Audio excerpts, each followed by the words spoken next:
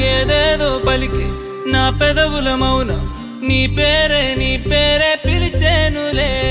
నీ పిచ్చితోనే అల్లాడే ప్రాణం నిన్నేలే